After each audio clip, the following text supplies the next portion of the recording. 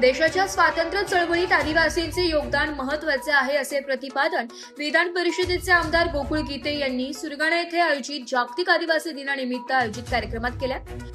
यावेळी व्यासपीठावर रमेश थोरात, श्याम पवार, झेंपाबाई थोरात, मालतीबाई खांडवी, नगरसेविका अमृता पवार, सचिन महाले, मनोज शेजोळे, निलेश करवंते, उत्तम वाघमारे, रतन चौधरी, भास्कर बागुल आदी जण उपस्थित होते। सुरगाणा तालुक्यात जागतिक आदिवासी दिनानिमित्त विविध कार्यक्रमांचे आयोजन, कला संस्कृती, कला परंपरेचे अनोखे प्रदर्शन सुरगाणा येथील अखिल भारतीय आदिवासी विकास परिषदेच्या वतीने जागतिक आदिवासी दिनानिमित्त विविध उपक्रमांचे आयोजन करण्यात आले होते।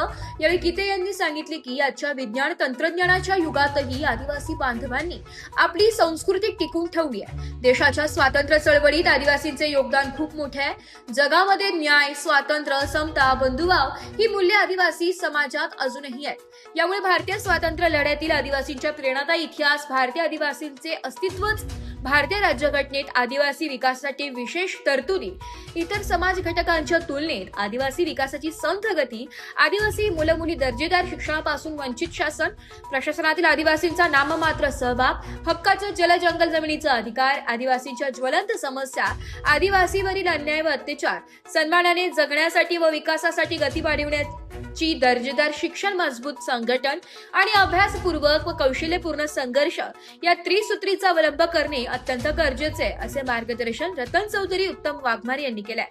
तालुक्यात सराड, हतगड, बोरगाव, माणी, पांगरणे, पळसण, बारे, डोल्हारे आणि गावात सांस्कृतिक कार्यक्रम आयोजित करण्यात आले होते।